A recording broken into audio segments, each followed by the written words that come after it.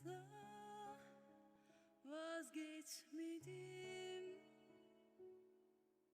yeni yollar aramaktan. Asla.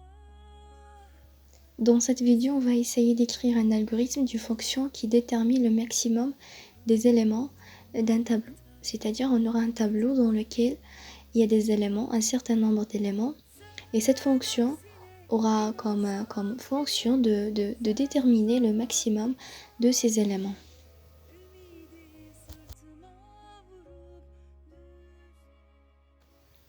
La déclaration des fonctions dans l'algorithmique commence par écrire le mot fonction.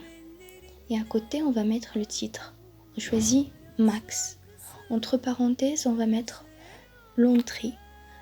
Donc cette fonction admet comme entrée un tableau qui est de type réel parce qu'il contient des éléments réels. Évidemment, le maximum sera aussi de type réel. Après, on écrit les variables. Les variables qui seront utilisées dans cette fonction, on a deux variables, le i et le max. Donc le i minuscule, il est de type entier, et puis on a le maximum. Donc puisque les éléments de ce tableau sont de type réel, alors le maximum sera aussi de type réel. Commençons par l'initialisation de ce max. On va initialiser ce maximum par le premier élément du tableau, qui est étape de 0, d'indice 0.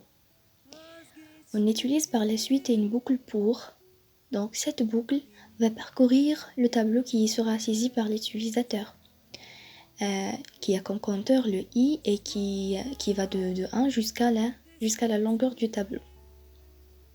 À l'intérieur de cette boucle pour, on va utiliser une boucle si. Donc cette boucle ou bien cette condition qui va comparer les éléments du tableau avec le maximum déjà initialisé. C'est-à-dire si un élément, en parcourant le tableau, si un élément de ce tableau-là il est supérieur au maximum, donc le maximum sera cet élément.